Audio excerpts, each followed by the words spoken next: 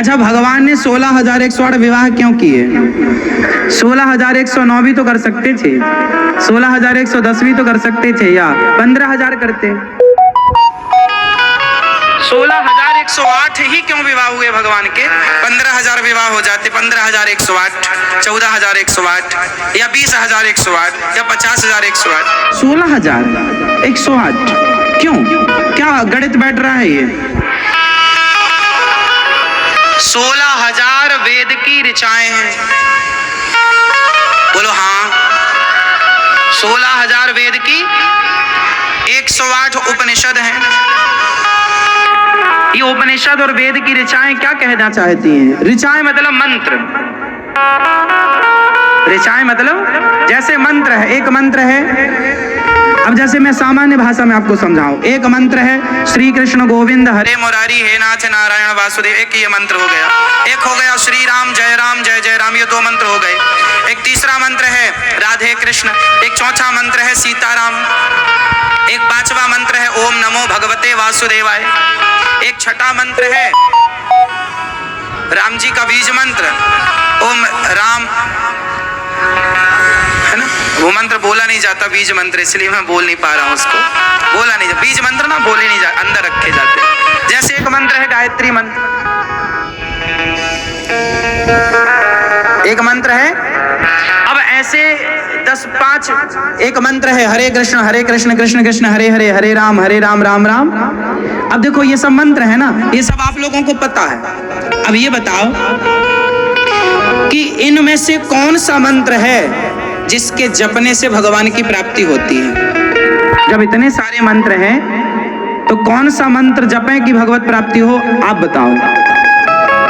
हैं? श्रीमन नारायण ये वाला मंत्र ठीक है। कौन सा मंत्र जपें मैया के भगवान की प्राप्ति हो? कृष्ण मंत्र जपें, राधे कृष्ण। आप बताओ। हरे कृष्ण।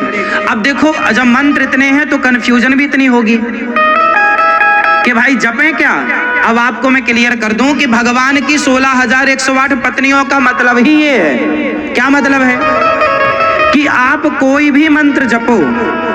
जैसे बिहारी जी तो एक है, लेकिन बिहारी जी तक जाने के रास्ते बहुत। इस गली से भी बिहारी जी जाया जा सकता, उस गली से भी, उस गली से, लंदन से भी। आप भारत आइए, दिल्ली से फिर ये रास्ता आइए, आप बंगाल के हैं, आप गुजरात के हैं, आप बिहार के हैं, आप झारखंड, कहीं से भी आप बिहारी जी तक आ सकते हैं, कहीं से भी आप अयोध्या जी पहुंच सकते हैं। तो मंजिल एक है, पर मंजिल तक पहुंचने के रास्ते, आप इस रास्ते से आए, वो उस रास्ते से आए, वो उस रास्ते से आए, वो उस लेकिन प्रत्येक रास्ते का अंत है बिहारी जी। उसी तरह भगवान तक पहुंचने के 16,108 रास्ते हैं। तो आप किसी भी एक रास्ते को पकड़ लीजिए। कोई राम राम पकड़ ले, कोई कृष्ण कृष्ण पकड़ ले, कोई हरे कृष्ण पकड़ ले। जो आपने पकड़ा उसमें विश्वास श्रद्धा रखिए, वही मंत्र आपको भगवान तक पहुंचाएगा। क्योंकि 16,108 पत्नियों का मतलब है कि आपकी यदि 16,108 पत्नियां हैं तो कोई भी पत्नी कृष्ण से। अच्छा बताओ, भगवान की जो 16,108 पत्नियां हैं उनमें से जो 14,000वें नंबर की पत्नी है, 14,105वें नंबर की जो पत्नी है, वो पत्नी से आपकी यदि दोस्ती है तो वो आपको कृष्ण तक पहुंचा सकती है कि नहीं? और 15वें हजार के 846वें नंबर की पत्नी भगवान तक पहुंचा सकती है कि नहीं?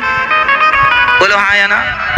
भैया 16,108 हैं तो कोई भी पत्नी आप किसी भी के चरण पकड़ लो कि माँ मुझे मिला दो, तो वो मिला देंगी। बोलो हाँ या ना।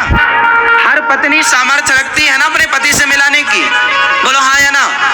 उसका अपना पावर। उसी तरह कोई भी मंत्र जपो, वो मंत्र ये पावर रखता है कि वो आपको भगवान तक पहुंचा दे, भगवान से मिला दे।